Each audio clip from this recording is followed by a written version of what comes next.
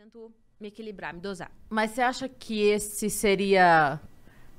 eu não sei com o que comparar de antigamente, assim, porque antes tinha, né? Tinha a tal da revistinha, tinha Ilha de Caras, tinha não sei o quê. Eu já fui pra Ilha de tinha... Caras, no meu primeiro ano, meus primeiros anos de carreira de TV. Acho que acabou ali. Tinha aquela coisa que o assessor vinha e falava, faz isso que vai ser bom. Que não necessariamente, eu acho que eu posso né? falar porque eu peguei, assim, quando eu entrei pra TV, Você vai fazer um flashback agora fenomenal, porque você vai contar toda a sua história agora. A gente ama esse momento aqui, né?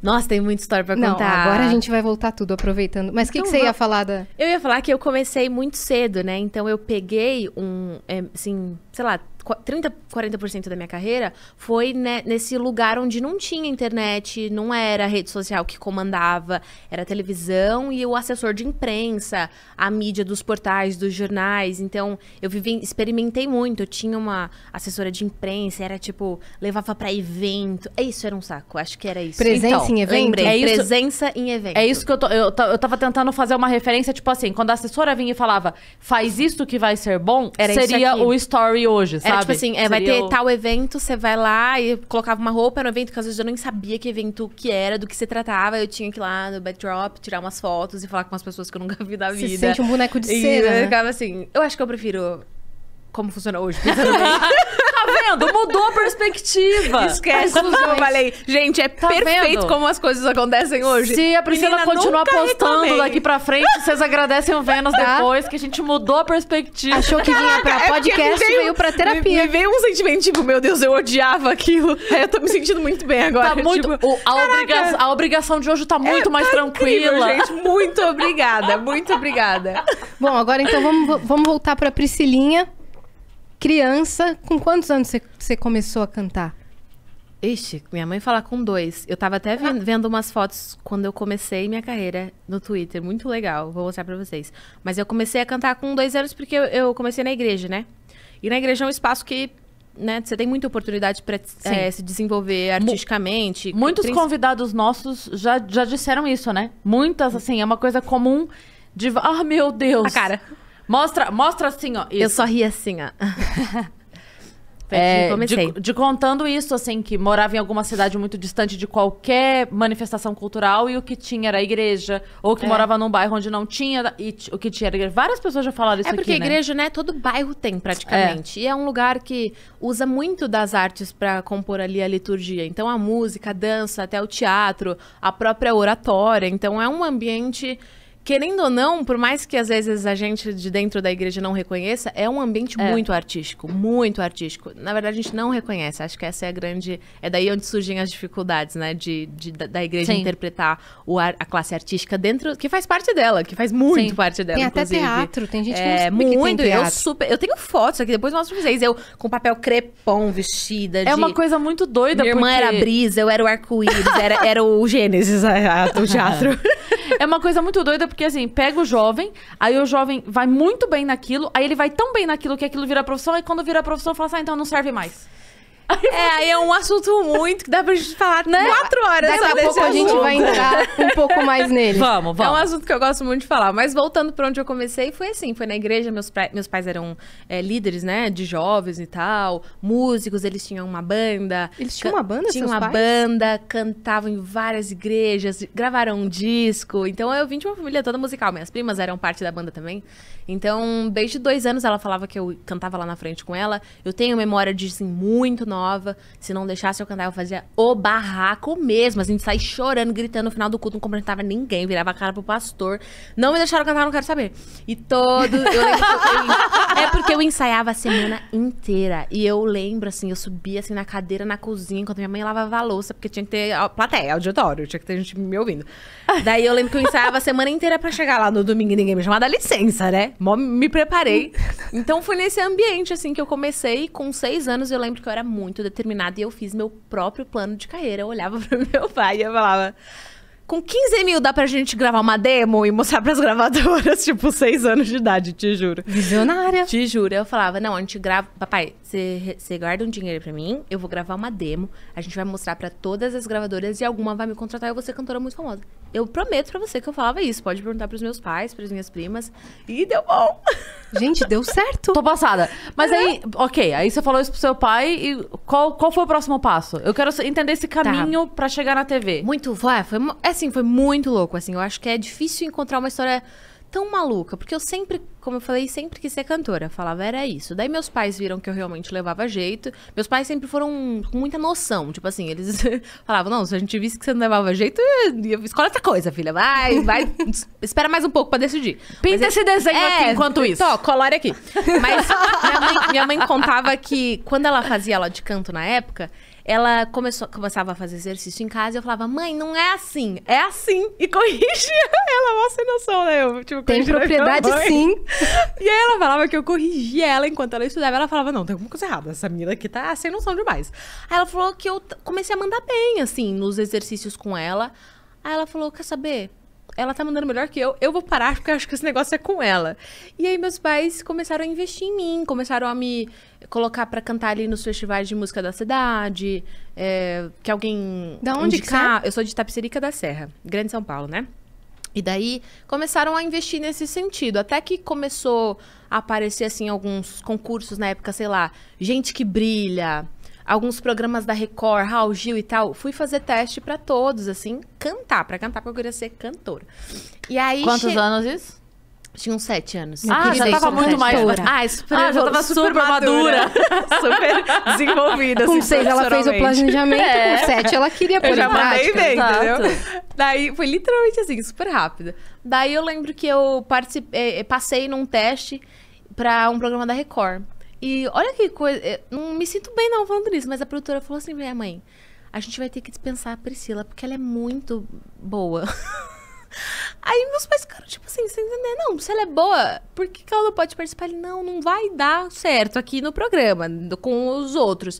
Aí eu voltei super magoada pra casa, eu falei, que absurdo, eu me dedico pra ser boa, e quando eu sou boa, a pessoa me manda pra casa porque eu sou boa.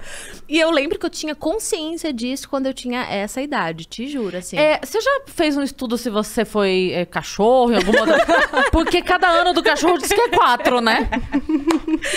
Aí se você acha que você tinha 7, mas você tinha 28. 28. Eu considero essa pessoa a Maísa, mas eu vou me analisar também. Vamos analisar. Tem que ver se não veio uma alma errada na hora de distribuir. É tudo da mesma leva. É verdade. Porque o Yudi, no caso, foi pra dança. Também foi muito bom. Ele era outro, assim, ele era fora do comum também. Mas enfim, aí voltei dessa história triste e acabaram lá dentro desse programa me indicando pra um outro, que era do SBT, um programa novo, Código Fama, Celso Portiolli apresentava, concurso musical, não sei o que. Aí meus pais estavam, tipo, meio desanimados pra eu não passar por uma experiência meio traumática de novo, mas eu pedi muito. Aí eu fico imaginando a sua mãe falando pra você, tenta desafinar dessa vez. Não, cara, isso... Não. É a letra, filha, só pra você ter noção, eu chegava assim nos programas, ó, ensaiada. E eu mesma que me ensaiava. Você performava, minha filha. Você performava. Meus pais, na verdade, eles faziam uma seleção, tipo, uma pré-seleção, assim, pra mim, pra eu não escolher, sei lá, qualquer música, assim, sei lá, que falasse uma besteira, sei lá. Aí eles faziam uma pré-seleção e botavam na mesa e falavam, escolhe o que você quer. Aí eu escolhia, sempre escolhia Ruge, sei lá, Vanessa Camargo, essa galera da época. Daí eu lembro que eu chegava muito ensaiada, assim. Oi, meu nome é Priscila Alcântara, hoje eu vou cantar tal música e pode tocar em Ré menor. E esperava assim, aí os caras ficavam, mano, que essa criança? Tira ela daqui. Tipo, é engraçado. Daí eu cheguei nesse da SBT, fiz o teste desse jeito que eu tô te contando. E aí eu passei nos testes e me apresentei pela primeira vez, ganhei a primeira fase, inclusive Glória Groove competiu comigo neste programa. No Código Fama? Garcia, o Daniel foi Garcia? Lá que a gente se conheceu. Ele tava no Balão Mágico já? Acho que ainda não, eu acho que foi depois. E aí eu ganhei esse programa. Tô tentando contar a história de um jeito que faça sentido, porque não faz sentido, tá? Eu só preciso pontuar uma coisa que você meio que ferrou minha infância essa época, porque você era muito boa. E a minha mãe ficava te comparando comigo. Ah, isso é chato. Já tratou na terapia, mano? Não tratei ainda. Eu vim falar isso pra você. Eu esperei 20 anos. Uma terapia ao vivo. Eu esperei 20 anos pra te falar isso. Que a minha mãe Inclusive, mamães, não façam isso. Não, mas não era de maldade. Não era de Era maldade. de legal? É, assim, ela falava, "Olha, corre e vê essa menina aqui, olha como ela faz, olha como ela canta bem. Você podia tentar... Um exemplozinho Exato, assim. um exemplo. Uma refzinha. Olha como ela performa. Nossa, vocês têm quase a mesma idade. Caraca, você que eu podia ir num programa adorava desse. aquilo, cara. E aí eu via, tipo, essas oportunidades como... Eu nunca tirei da minha cabeça que todas essas oportunidades... Por que eu queria tanto? Porque na minha cabeça era... Em alguma dessas oportunidades, uma gravadora vai me ver e vai me contratar. Então, por isso que eu pedia pra minha mãe, me põe na TV, me põe no, sei lá, em qualquer lugar, porque em algum lugar vão me ver e vão me contratar. Eu lembro que era essa a minha motivação. Aí eu participei desse concurso, Código Fama, que o Celso apresentava. Durante as minhas apresentações, foram algumas semanas de competição, o Celso achou que eu levava muito jeito pra TV. E aí ele me levava pra fazer umas gravações de sketchzinhas, decorava uma falinha, fazia uma gravaçãozinha, mas ele não contava pra mim e pros meus pais o que era. Ele só falava, não, relaxa que eu tenho um esquema aí. E aí, né, era tudo bem, era só umas gravaçõezinhas. E eu fazia tudo que ele falava. Ai, fala aí, decora esse texto. Eu decorava e fazia. Não sabia nem o que eu tava fazendo, mas engraçado. Aí isso acontecendo, né, no meio tempo, assim, das minhas apresentações cantando no programa. Aí eu ganhei esse programa e fui pro México. Olha que história, é muito aleatória a minha história. Com 8 anos? Com 8 anos. Fui morar um mês no México com a minha mãe, num reality show, que era o Código Fama Internacional, com uma criança de cada país da América Latina que ganhou a edição regional, né, nacional. Então tinha lá a criança mexicana, de Porto Rico, da Argentina, e eu era do Brasil. Meu Deus. E era um programa onde a gente ficava confinado numa casa igual ao BBB, câmera 24 horas, e era um estouro na televisão esse programa. Era, tipo, muito famoso lá no México. Inclusive, a as gente crianças saía e as pelo mães. México, só aparecia as crianças, as mães só acompanhavam. Mas estavam morando lá, quero dizer. Mas eu só via minha mãe em 2 minutos à noite. Meu Deus, Era Você só tá isso. brincando. Era de gente Quase grande, umas chiquititas assim. do... E sem Menard do mesmo, reality. assim. Muito engraçado.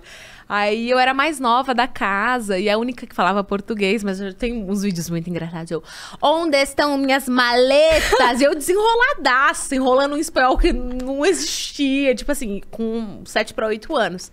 E aí tive essa experiência lá no México. E o Celso Portiolli fazendo a minha no SBT, enquanto isso... E você não tava nem sabendo? Não, nem meus pais, assim, ele só falando, deixa comigo que eu tenho um negócio. Só que lá no México, eu fiquei muito famosa lá no México. A galera me adorou e a Televisa queria me contratar. E aí, eu fiquei em 4º lugar na competição geral, né? Só que a Televisa queria me contratar mesmo assim, queria que eu ficasse lá. Daí minha mãe... A gente não tava entendendo nada, porque do nada, umas coisas absurdas acontecendo. Até então eu só cantava na minha igreja local, em Itapecerica da Serra, e só tinha um sonho. E de repente eu estava no México com a minha mãe, com um contrato para ser assinado. Aí minha mãe ligou desesperada pro meu pai e pro Celso Portiolli, que é uma pessoa que ficou muito próxima da gente nesse processo. E aí a gente contou, aí o Celso falou assim, não, vem pro Brasil, que eu garanto que tem algo melhor aqui no Brasil. Vem pro Brasil com a Priscila, voltem pro Brasil. Aí a gente confiou no Celso, voltamos pro Brasil. 3 meses depois... eu fui contratada pelo SBT pra apresentar o Bom Dia e Companhia. Tá, bom dia. Porque era isso que o Celso Portiolli tava esquematizando ali nesse meio tempo. Nunca fiz TV, nunca quis entrar pra televisão, eu só queria ser cantora. E aconteceu que a TV veio antes, e meus pais consideraram uma ideia legal, eu quis fazer isso. O Yudi participou do Código Fama também, ele não ganhou, mas foi nesse mesmo lugar que a nossa vida se cruzou e que ele apareceu na minha fita. Quando o Silvio Santos viu a minha fita, aí o Silvio Santos falou, e esse japonesinho? Aí o Yudi, quero ele também. E juntou a gente. Aí Mano, a gente... quando é pra ser... simplesmente. E aí eu fiz carreira na TV. E foi um estouro o programa. Foi um estouro e foi o que me projetou nacionalmente pra hoje eu realizar o meu sonho com a música. Mas você nunca tinha apresentado nada. Como que foram os primeiros dias? Teve teste? Teve Não. ensaio? Como Não foi? teve teste, já foi definido que a gente ia apresentar. Teve a gravação de um piloto. A gente ensaiou umas vezes na semana e teve a gravação de um piloto que foi pro ar como o primeiro programa. Inclusive, eu tava toda destrambelhada, uma meia calça no meio das coxas, que nem servia em mim. E foi pro ar esse programa, foi engraçado. Então, foi literalmente do dia pra noite, sem exagero. Minha vida mudou do dia pra noite. Daí, sei lá, um mês depois eu tava... me mudando de Itapecerica, indo pra um outro lugar, estudando numa escola particular que eu nunca tinha estudado, num outro bairro, a vida da minha irmã mudando sem ela pedir. Então foi, tipo assim, um pouco caótico nesse sentido, mas aconteceu. E era pra acontecer. Foi muito louco. Como?